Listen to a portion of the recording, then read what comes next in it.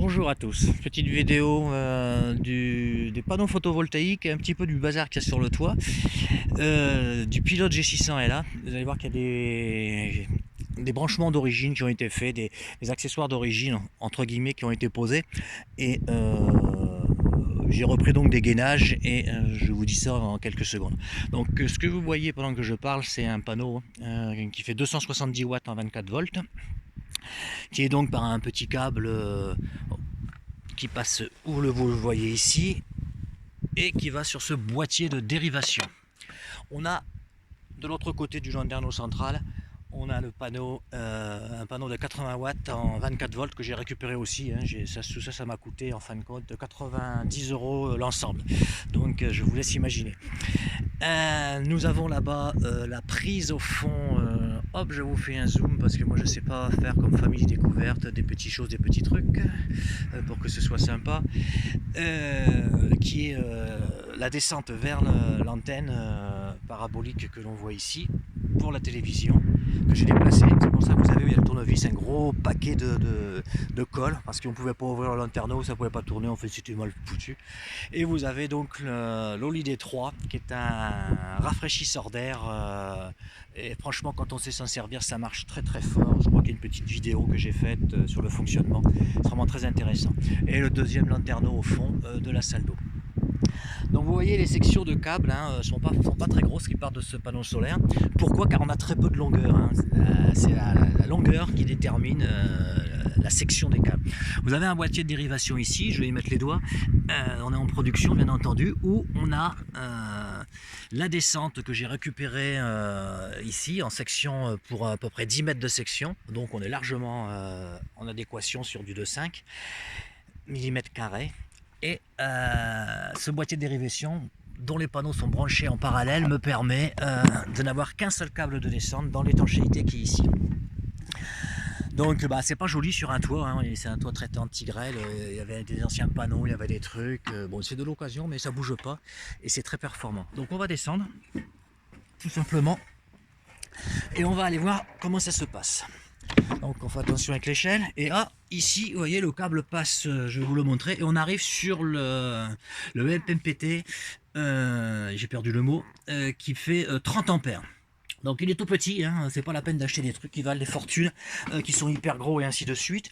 Le câble descend dans la gaine qui est ici, dans l'angle, et par le toit, tout redescend ici. Et donc on a l'arrivée du câble qui est là, donc on a un peu de bazar, où là j'ai fait pas mal de branchements, pas mal de modifications. Donc on a le câble qui descend, qui va donc dans le chargeur MPPT 30 ampères, hop, voilà, et qui va en direct. Je ne me branche pas sur le chargeur de panneau solaire, bien qu'il y ait une prise de prévu. Je vais enlever ceci, et la prise elle est cachée ici, donc vous voyez mes doigts là, je peux y arriver, et on vient se brancher, je l'ai gardé au cas où, et on vient se brancher sur la petite prise au bout de mon doigt là. Il ne faut surtout pas se brancher dessus parce que vous êtes limité à 20 ampères de charge maximum, donc c'est un peu ballot de mettre 30 ampères de panneau, et là je ne suis pas à 30 ampères bien entendu, mais d'être limité à 20 ampères, je suis à plus de 20 ampères. Donc je descends directement sur mes batteries. Et alors là, vous découvrez les chaussures, vous découvrez surtout deux batteries lithium, une de 100 ampères-heure et une de 200 ampères-heure. Donc vous avez 300 ampères-heure de batterie lithium qui sont rechargées en direct donc par le module de charge du camping-car quand je roule, quand je le branche, où la prise est en extérieur, arrive sur ce boîtier, et qui est rechargé par les panneaux solaires. Et nous alimentons donc un convertisseur, un 2000 watts en continu et 4000 watts en crête, sur lequel j'ai prévu uniquement deux sorties et sur lequel je me suis raccordé, je vous expliquerai ça tout à l'heure, sur donc des disjoncteurs de sécurité en 10 ampères.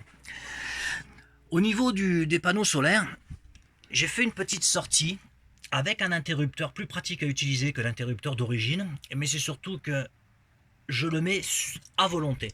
Que mes panneaux solaires chargent ou pas, si je le mets sur 0, eh bien je ne recharge pas les batteries du porteur. Si je le mets sur 1, je recharge les batteries du porteur uniquement quand il y a du soleil. Et si j'appuie sur ce bouton, la petite flèche se met en fonction, et bien entendu, je rechargerai tout le temps. C'est pour ça que je veux couper cette charge, maîtriser cette charge pour moi. Ici, vous avez un basculeur. Alors, Famille Découverte, on a mis un autre type de basculeur qui est à la limite plus intéressant que le mien. Car lui, il a une position 0. Et la position 0 permet de pouvoir basculer sur le 232 volts réseau et sur l'alimentation du convertisseur directement sans être obligé de couper le courant. Alors que moi, j'ai juste un unique basculeur. Pof. Ça veut dire que quand je suis dans la position que je viens de mettre, mon convertisseur alimente mon frigo. Je l'ai branché que pour mon frigo, car ce n'est pas un frigo à compression, c'est un frigo Trimix automatique. Donc la journée, quand il y a beaucoup de soleil, j'économise du gaz et je fais du froid.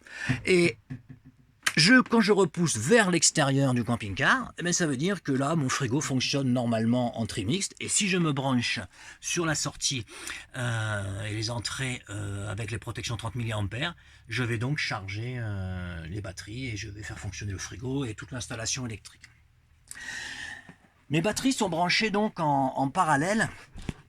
Ces fameuses batteries 300 Ah, faut savoir que ça m'a coûté 950 €. Quand on voit qu'en France on vous les vend 4500 balles avec tout un tas de bazar, ça me fait un peu sourire, mais bon, c'est comme ça. J'ai attendu effectivement 4 mois les batteries parce que je les ai commandées directement en Chine et on était en pleine période Covid. Vous voyez l'embranchement d'origine, il n'y a même pas de protection ici, c'est un peu dégueulasse, ça fait sourire. Bon, après, il y a un amas de fils. Quand vous branchez des batteries en parallèle, et que vous couplez ces batteries, quand vous allez chercher l'alimentation et la recharge, par exemple vous voulez alimenter votre compresseur, vous avez vu que le plus, la note du compresseur est sur la première batterie, et par contre la cathode est sur la deuxième batterie. Elle n'est pas sur la même batterie. Il faut que les batteries, et quand vous faites la recharge et la décharge, c'est exactement la même chose. Vous les reliez bien entendu entre elles plus, moins, mais quand vous venez charger une batterie ou décharger une batterie, quand vous branchez les accessoires dessus, il faut impérativement prendre le plus sur la première batterie et le moins sur la deuxième batterie pour que les batteries se déchargent elles-mêmes en même temps, parce que sinon vous allez toujours pomper sur la même, et donc vous allez la fatiguer, vous allez l'user prématurément.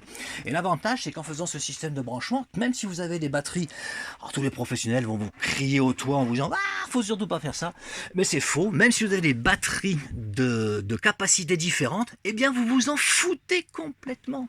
C'est ça qui est important à savoir. Donc, j'alimente mes batteries. J'aurais pu, comme beaucoup le conseillent, j'en vois pas l'utilité dans la mesure où il y a déjà je sais pas combien de fusibles à l'intérieur. Moi j'en ai 4, je crois. 1, 2, 3, 4, j'en ai même 6, 8. Remettre un fusible ici, pourquoi pas?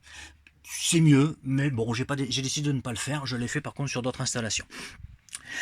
Je vais sortir de mon convertisseur, et puis la mise en marche est ici, on fait souvent déporter, moi j'ai caché ça ici, on appuie, hop, on met en marche, on éteint, et par contre, on sort et on va sur un disjoncteur. Il faut impérativement passer sur un disjoncteur, c'est quand même mieux au cas où il y a une surcharge.